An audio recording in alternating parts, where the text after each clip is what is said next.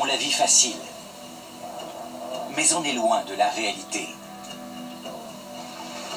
Ces chasseurs peinent souvent à manger à leur faim, surtout lorsqu'ils vivent dans des contrées reculées, où la compétition est sans merci. Leur quotidien est ponctué de coups et de blessures. Mais il n'est pas sans cœur.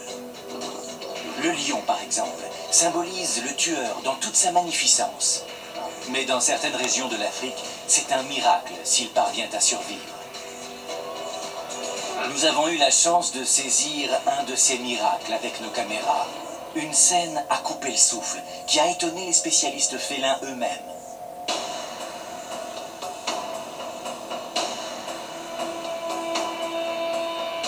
Dans la vallée du Grand Rift, où le continent africain se déchire le long d'une profonde faille géologique, vit une vieille lionne qui devrait être déjà morte.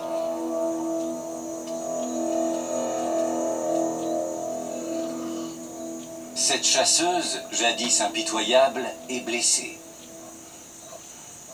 Elle ne peut plus fermer la gueule, car sa mâchoire cassée a mal guéri.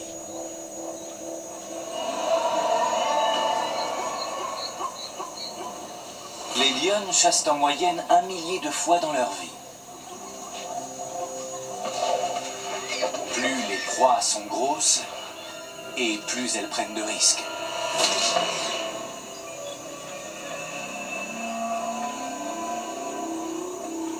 Que cette femelle puisse encore s'alimenter est un mystère.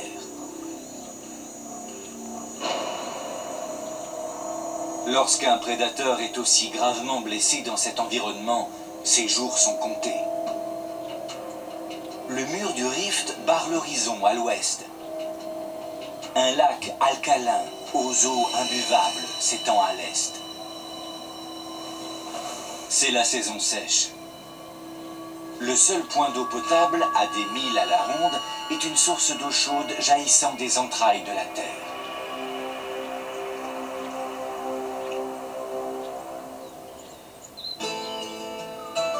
Le gros gibier s'y attroupe.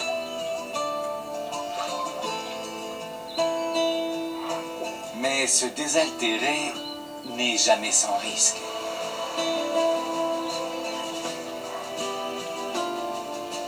Voici les maîtresses des lieux, 9 lionnes qui ont su tirer le meilleur de ce milieu inhospitalier et préserver la vie de leur vieille matriarche.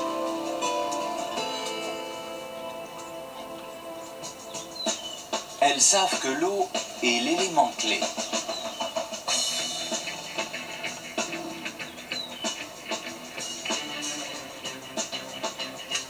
Contrôler la source d'eau, c'est contrôler la source de nourriture.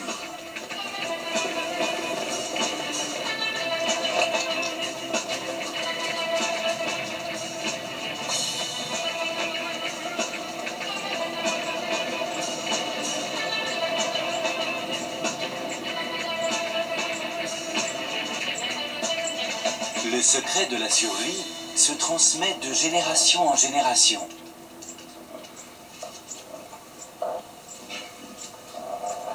Malgré sa superbe, le roi des animaux peut être détrôné par de minuscules assaillants.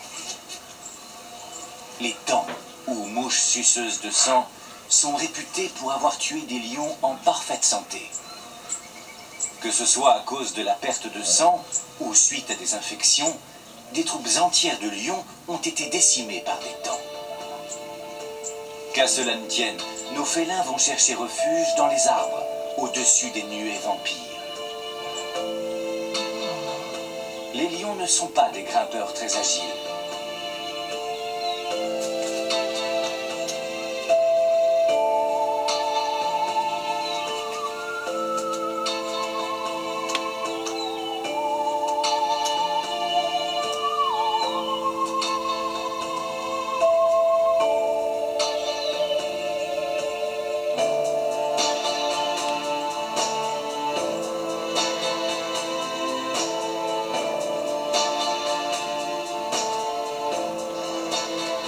Ce n'est pas très confortable, mais c'est mieux que de se faire harceler au sol.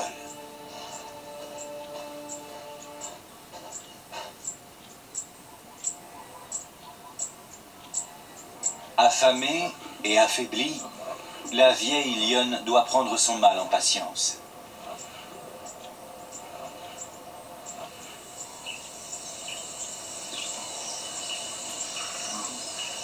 En fin d'après-midi, les temps sont moins virulents et les lionnes partent à la chasse.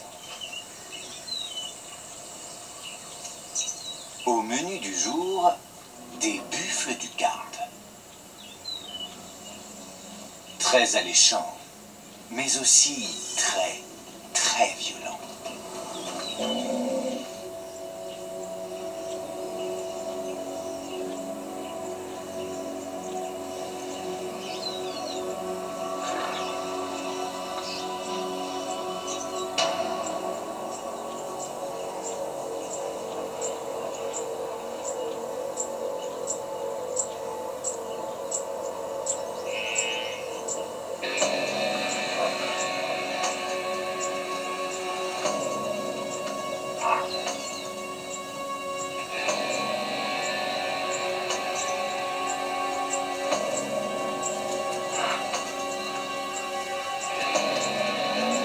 Ils pèsent chacun près d'une demi-tonne,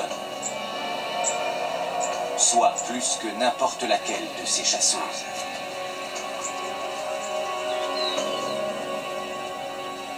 Un seul buffle suffirait à rassasier la troupe, mais il serait aussi de taille à tuer l'une d'elles.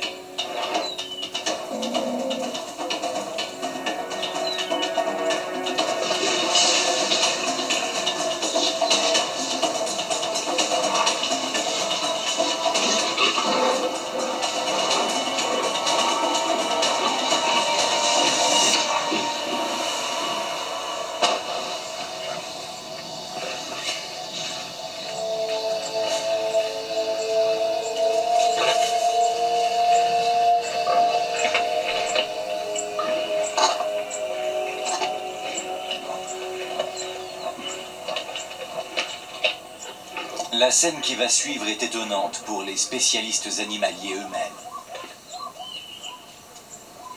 La vieille lionne blessée vient participer au festin.